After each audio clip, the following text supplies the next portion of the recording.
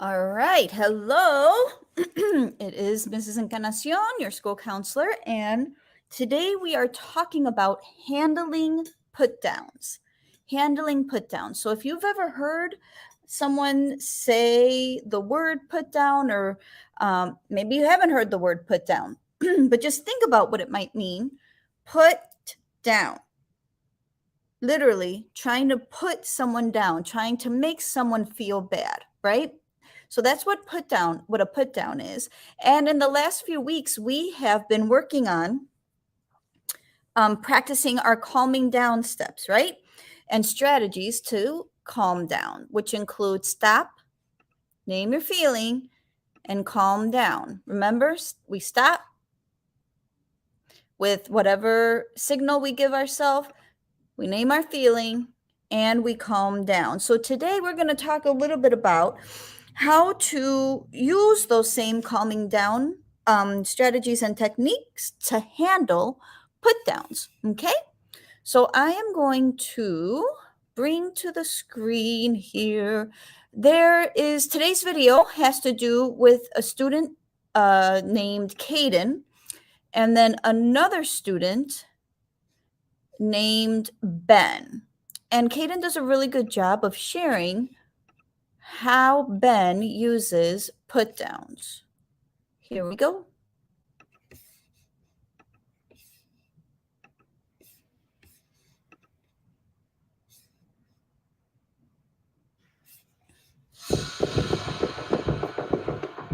There's this kid in my class named Ben.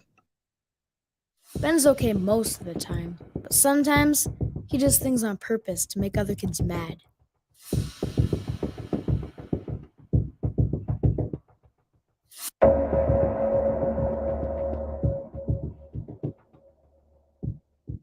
It's not always what he does.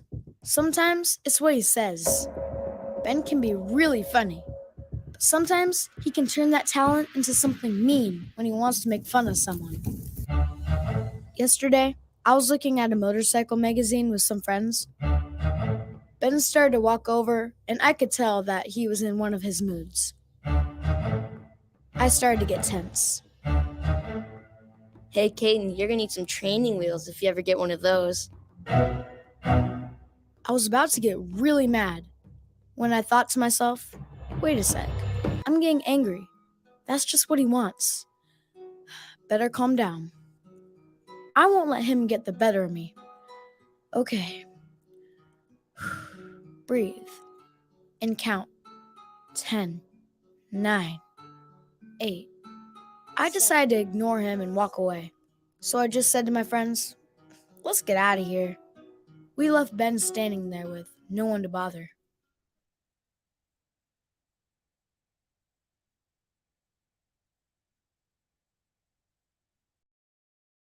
Oh, whoop, there we go.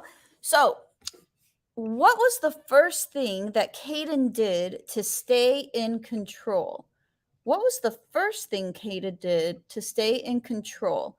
I would love for you to turn and talk with people at your table and discuss for like the next 30 seconds, what was the first thing that Caden did to stay in control?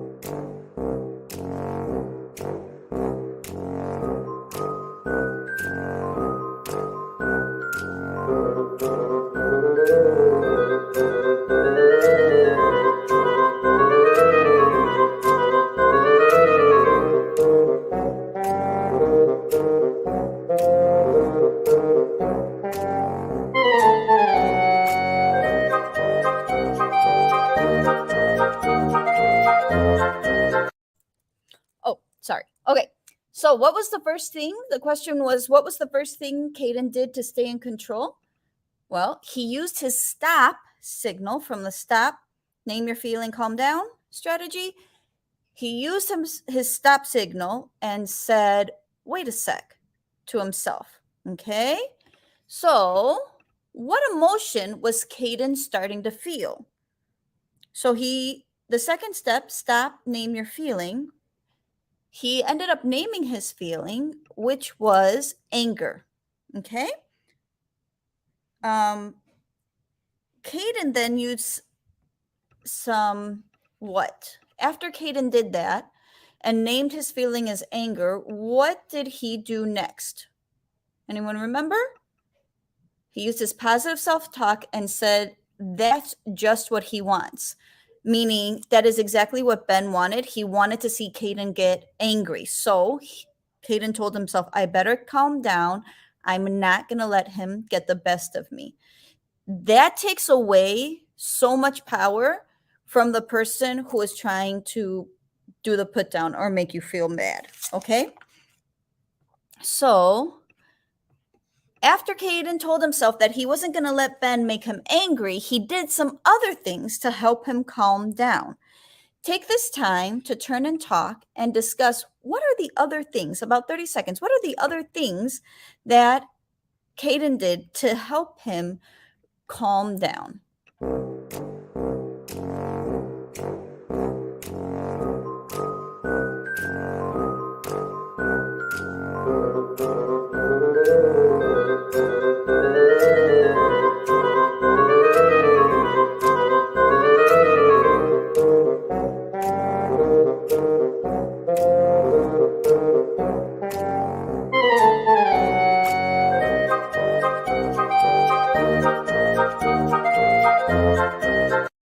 All right.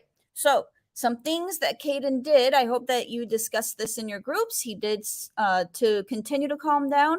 Caden took some deep centered breathing, not like, no, he did like some deep centered breathing. He even closed his eyes, breathe through his nose. You can feel when they're deep breaths, you can feel your lungs like fill, and then calmly released it through his mouth. He started counting and he walked away. Okay. So, what were some things that Caden's friends did that were helpful? Stop and think. What were some things that Caden's friends did that were helpful? Well, they did not laugh with Ben, number one. And when Caden decided to walk away, they walked away with Caden. Okay.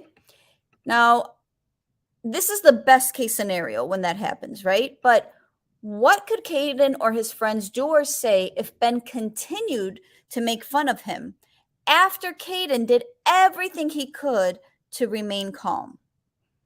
Well, this is where I want to pull back in some of the previous lessons where we discussed being assertive, being aggressive, or being passive, right? Being passive is when you're quiet and you don't really look at the person and you almost continue to be a target for someone to pick on you, because those that pick on you want to feel or want to get a reaction out of you. And if they see that you're being passive, that almost is like adding fuel to the fire, right? Being aggressive is when you explode. When you remember when you flip your lid and all you're doing is reacting, and it can be an explosion of emotion and probably something you're going to regret. So what Ben ended up doing is what Caden ended up doing is that he assertively told Ben to stop. That's not funny. And, I'm sorry. He assertively said that, but what you could also do if he continued to bother him is he could assertively tell Ben, I got myself all mixed up. Caden could assertively tell Ben to stop it, not please stop or stop. No, stop. It's not funny. In an assertive tone, you're being honest, you're telling the truth. And he could ask a friend to go get help from an adult, or he himself can go get help from an adult. Okay. So put downs are not allowed at Lloyd because they don't follow the 3 B's of be safe, be respectful, and be responsible. But why specifically? I want you to think of why specifically they are not respectful. Why are put downs not respectful? Well, they make others feel bad, right? And if we define respect as treating others the way we want to be treated, I don't know anybody that likes it when I don't know anyone who enjoys, that is in a healthy state of mind, enjoys being made to feel bad. Okay. So it's not respectful because of that. It's also not respectful because it gets other people mad. So you can hurt people's feelings, you get other people mad, and the person saying that, like in this case, Ben, is rude and unkind, and that is not respectful. They can also escalate and be reasons why fights start. Okay, so we put downs, you want to stay away from them. Why is it important to stay calm when you are reacting to a put down? So think about why it's important to stay calm when you're reacting to a put down. Well, we talked about this. For some people, taking a breath helps them think, gives them a little clarity so that they can be assertive. That cortex in the brain model is coming back down so that it can work together with the amygdala and assertively say something instead of just being reactive, right? When the amygdala is exposed. So you can think a lot more clearly and you can respond assertively versus aggressively. Okay. And if someone continues to put you down, even after you have assertively told that person to stop, what should you do? Well, go get help from an adult here at school. It's so important to tell the adult that you're with at that moment. So often, students will tell their teachers things that happen at recess or things that happen at specials and don't tell the adult, either the recess coach or the specials teacher, that moment. They wait. And that's a lot harder to take care of. You want to tell the adult right away if you have exhausted what you've tried to do and it's still happening. Tell the adult that's with you right away. You can still let your classroom teacher know, but don't wait until later or in the lunchroom. Okay? So we reviewed ways to deal with put downs, a few different things that you can do. Now we're going to wrap up this unit, actually, not just the lesson, but the unit on the entire unit on self-regulation. Oops, this is the wrong video. In an effort, we're going to do this by reviewing the steps one more time. Do I not have it? Oh, no, I don't know. Hang on, my friends. I don't think I have it. Nope, this isn't it. Hang on.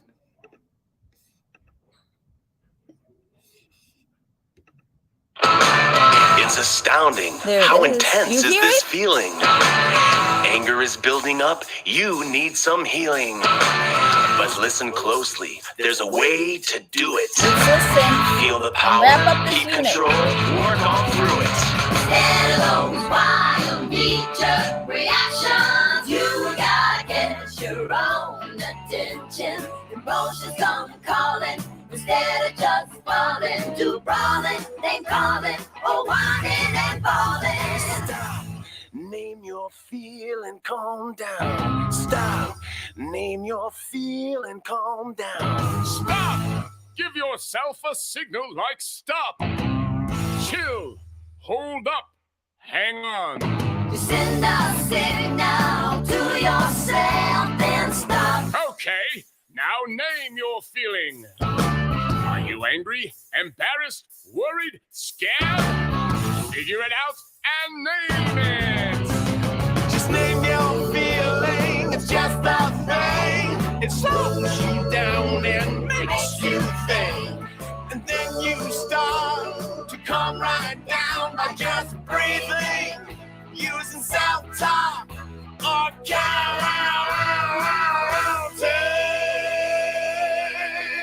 And a 1, 2, 3. Stop. Name your feel and calm down. Stop. Name your feel and calm down. Remember this. When you have strong feelings like anger, fear, or jealousy, before they take over, you take that power. Emotions don't drive you, you have the key. By slowing it down and feeling your power and naming your particular feeling. You're stopping the landslide, you're taking that deep breath, saying good things. You can do this, and now you're in control. Stop, name your feeling, calm down. Stop, name your feeling, calm down. Stop, name your feeling, calm down. Stop, name your feeling, calm down. Stop, name your feeling, calm down. Stop, name your feeling, calm down. Stop, name your feeling, calm down. Stop, name your feeling, calm down.